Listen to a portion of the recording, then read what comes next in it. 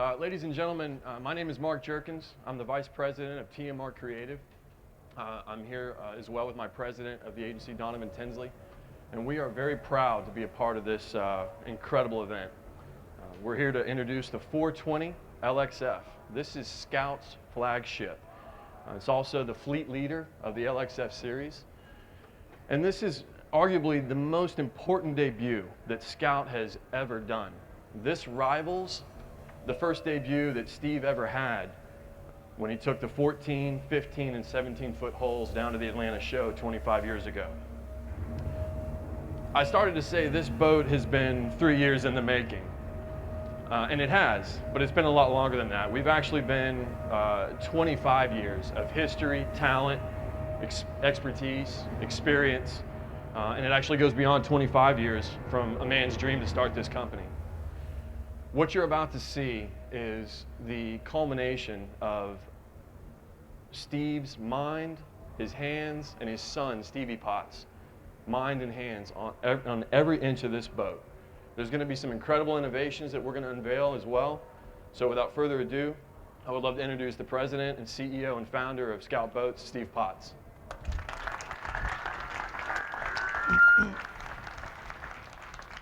Good morning. 3 years ago, we set a goal to design and build the best all-around, all-purpose center console in the world. We knew to accomplish that in our research and development efforts, we couldn't leave any stones unturned. We also knew that to accomplish our goal, we had to stick to an unrelenting commitment to accomplish it. We also, by saying that, it was a marathon, not a sprint. We know in this world and the competitors we have, everybody's rushing to market with their new product. But we had to take the time to accomplish and create that goal that I mentioned.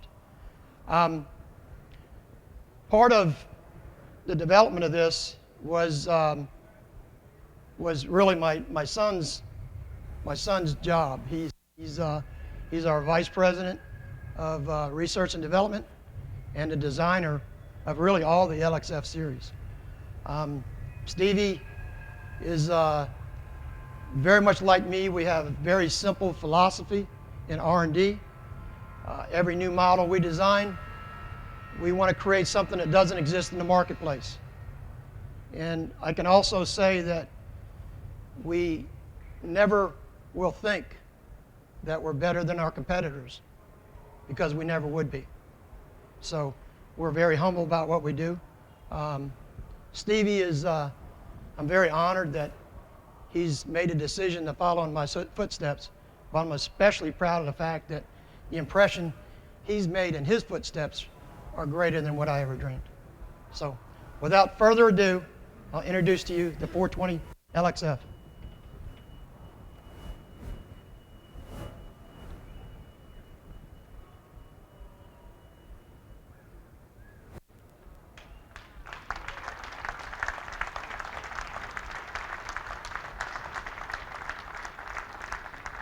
Looks like a Scout. When we took on this task, this mission, we broke it down into 6 elements. The first being styling. You know, we have our own identity. We're very proud of the fact that we blend a very classic broken shear proud bow with very elegant rake stem reverse transom. What you see, obviously, you see the end product. What you don't see is all the hours and weeks and months that went into the styling, which was our first step. We started like everybody starts, with a sketch. And then from that sketch, we create a CAD file. Typically, that's where everybody else takes their CAD file. They cut a plug, they build the molds, and they go on and they build a product. We basically took a different approach into making sure that that end product was the most stunning boat on the water. So we had a to-scale plug made. And we cut that plug based on that CAD file. We rubbed it, we looked at it, we took pictures of it for weeks and made changes. We worked with Marine Concepts and their team down there. So for weeks, we were looking at it, and Stevie was getting with them. We were tweaking that plug. I remember one day, he comes to me after extensive times and back and forth of getting this thing dialed in, before we pulled the trigger to build the hull plug. And he said, Dad, he said, looking at this thing from overhead, I'm just not real wild about these lines. The curves on the side, they're just not real wild about it looking. I said, you're kidding me. You know, what does it matter but to the birds flying over what the view of overhead looks like? And he said, yeah, but there's going to be aerial pictures of it. And hopefully all of y'all will put it on your covers. Mark, get back with me on that. But you know, to do that, and to work with the guys at Marine Concepts, to take these lines, it isn't a matter of just changing the line at the top. It changes everything. So it was a big step to take that step to do that. Well, that's what we did, no stones unturned. And then the other thing, the other little challenge that we had in getting where we are was the upright legs. These extrusions are our dies. They are specifically made and shaped for us. And our company that does our metal fabrication, G.G. Schmidt, came to me and said that Stevie wants to have a certain bend radius here. And so they made samples of what they can bend. They couldn't get to that bend, to that dogleg bend. And Stevie had a big problem with that. So I made a trip to Sarasota. I said, guys, it's going to be a bad Thanksgiving if you don't help me figure out how to get the bend Stevie wants on this thing. And so we worked with them. We figured out how do we create that. So through a very extensive process, we were able to do it. So we do that in everything that we have going on. You know, the styling, like I mentioned, is a classic but very elegant look. And that carries forward what we have established 7 years ago with the LXF series. These boats turn heads. 20 to 30 years from now, this will still be one of the finest looking boats on the water. So it's a timeless design, timeless styling. There's a lot of trendy things, and people do things. We want to design something.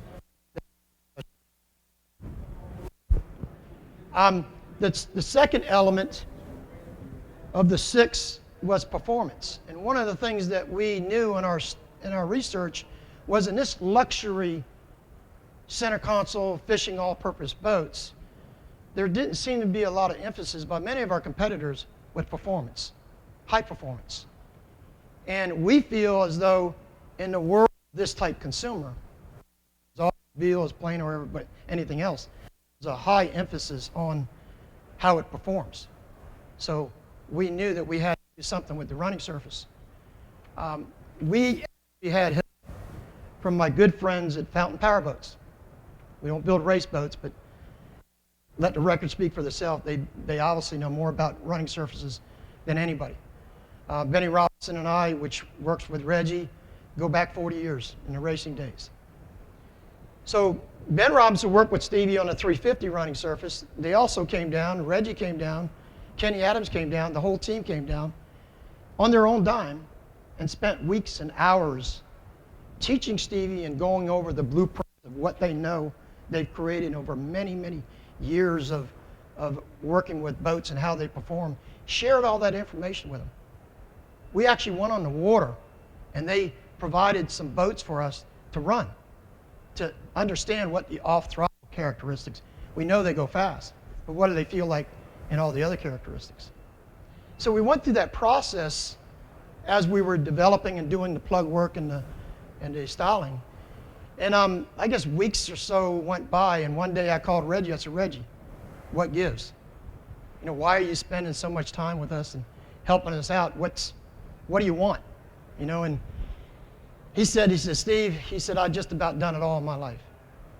And when I went down to the R&D facility and met your son, he reminded me of me 40 years ago with his passion and drive toward being a student and excellence.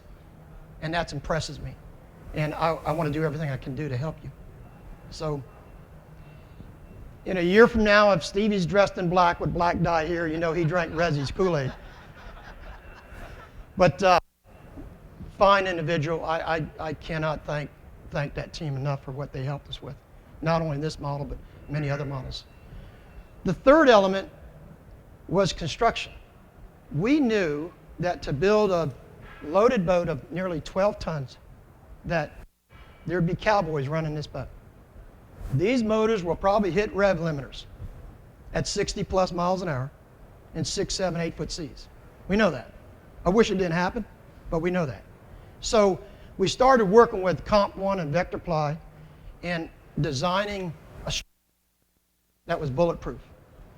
And so what we did is we designed the hull to DNV standards. DNV is an acronym, Norwegian, that I can't pronounce the name, but it's a standard, international standard for high-speed surface naval vessels. And so we started experimenting and working with them. What do we got to do to adhere to that standard?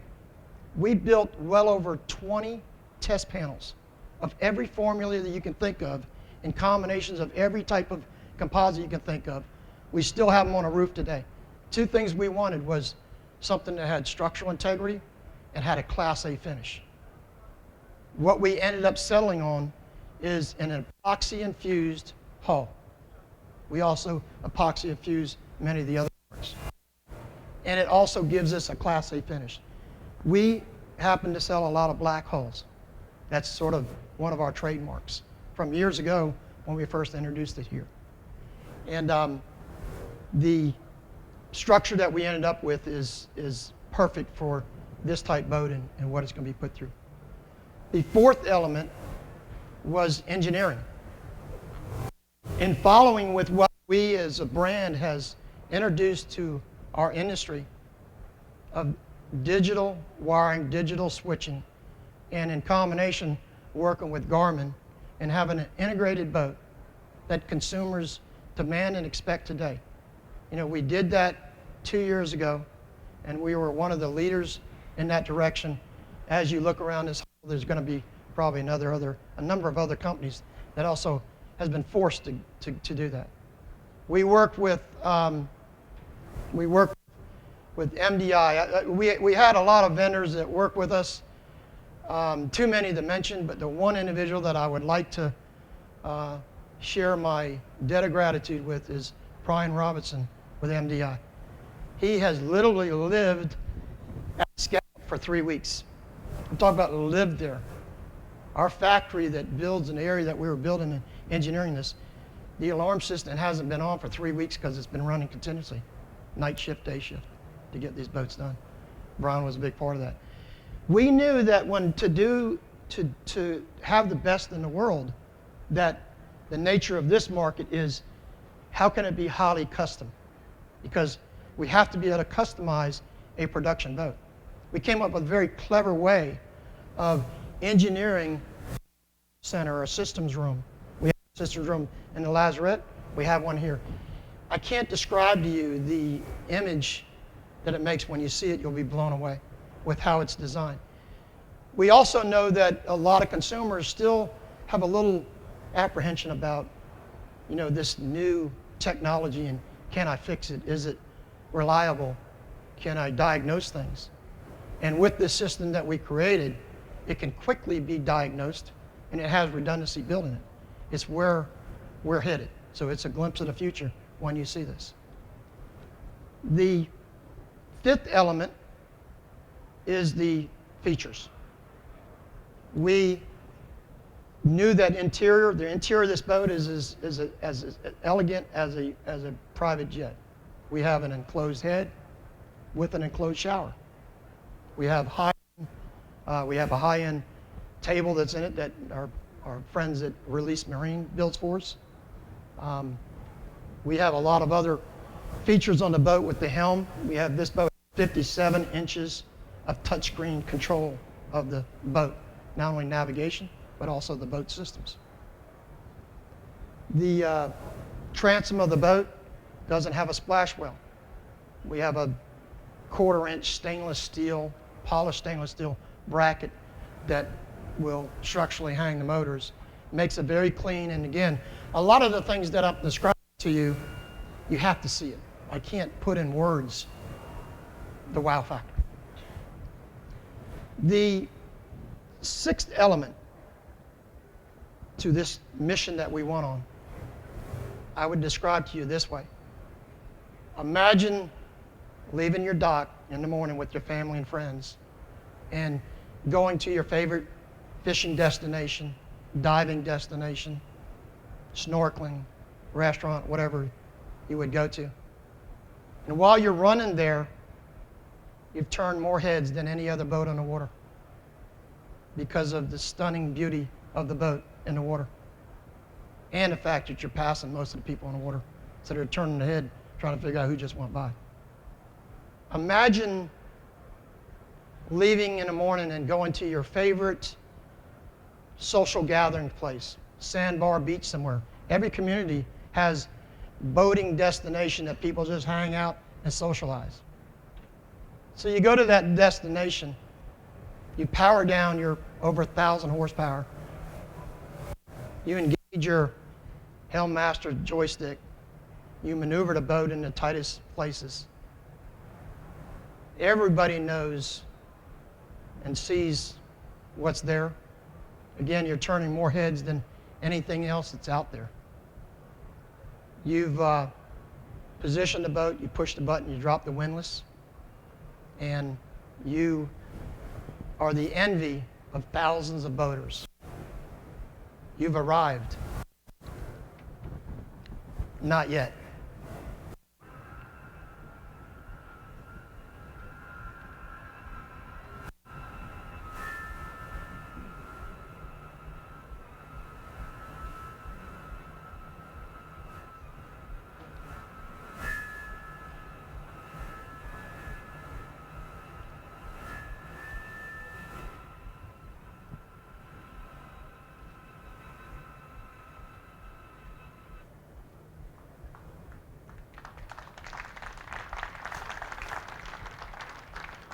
That sixth element is the wow factor.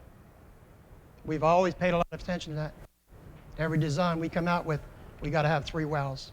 The first impression, the features, performance. This boat has more wow factors than I can describe to you. We'd be here for 2 more hours. Things as simple as a freshwater washdown that is as conveniently located as any for washing off on your beach platform. When you see inside the interior of the boat, you'll see many of the other wow factors. That kind of wraps up the boat. I would like to take this time to recognize a company of more than 200 people in South Carolina at our factory. We are white, black, brown, male, female. We don't get to hear the oohs and the ahs at events like this. We come in every day and bust our ass, driven by a sense of pride, to create what you see displayed here. We have some of the best craftsmen in our industry. To take it a step farther, if you walk these halls, if you walk the docks at Collins Avenue, you'll see examples of the American boat building craftsmanship. We're the best in the world. We build a majority of the world's pleasure boats for a reason, because we're damn good at it. That's the story should be written and told. Thank you.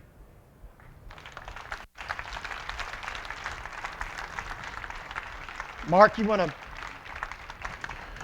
First of all, thank you everyone for coming. We invite you to come on up, see the 420. There is a digital press kit. I will be inviting all of you to it by the end of today. We do not have photography yet. That will be coming in the next few weeks. So if you have any questions, let me know. I'm here. Donovan's here. And again, please step on up. We'd love for you to see it.